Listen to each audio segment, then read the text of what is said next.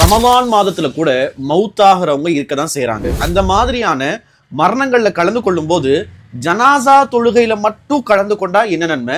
ஜனாசா தொழுகை மட்டும் அல்லாம அந்த மையத்தை அடக்கம் செய்யற வரைக்கும் கூடவே இருந்தீங்கன்னா உங்களுக்கு என்ன நன்மை கிடைக்கும் தெரியுமா? நபி ஸல்லல்லாஹு அலைஹி வஸல்லம் அவங்க சொன்னாங்க, ஒரு நபர் ஒரு ஜனாசா தொழுகையில் கலந்து கொண்டார் அப்படின்னு சொன்னா அவருக்கு ஒரு கீராத்துடைய நன்மை கிடைக்கும். ஜனாசா தொழுகை மட்டும் அல்லாம ஜனாசாவை அடக்கம் செய்யும் வரை கலந்து கொண்டார் அப்படின்னு சொன்னா 2 கீராத்துடைய நன்மை கிடைக்கும் என்பதாக நபிகள் சொன்னாங்க. அப்போ சஹாபாக்கள் கேட்கிறாங்க, யா ரசூலுல்லாஹ் ஸல்லல்லாஹு அலைஹி வஸல்லம், கீராத் அப்படின்னா என்ன? நபிகள் சொன்னாங்க, கீராத் என்பது ஒரு மிக பெரும் மலை அளவு.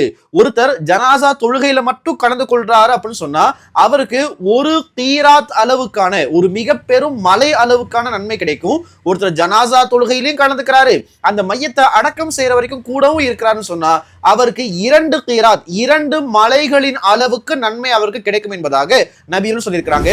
எனவே ஜனாசா தொழுகையில கலந்து கொண்டீங்க அப்படின்னு சொன்னா நிதானமா உங்களுக்குள்ள மரண சிந்தனை ஏற்படுத்தும் விதமாக ஏதோ போனோம், தொழுதோம், வந்தோம், தலையை காட்டணும். இன்னைக்கு இருக்கக்கூடிய சமுதாயத்துல ஏதோ கல்யாணத்துக்கு போகும்போது தலையை காட்டணும், விசேஷங்களுக்கு தலையை காட்டணும்ன்ற அந்த மாதிரி ஜனாசாவுக்கும் தலையை காட்டிட்டோம்னு இல்லாம உண்மையிலேயே அந்த மையத்துடைய ஹக்ல துவா செய்யக்கூடிய நபர்களாக அந்த ஜனாசாவை அடக்கம் செய்யும் வரை இருந்து வரக்கூடிய பழக்கத்தை ஏற்படுத்திக் கொள்ளுங்க.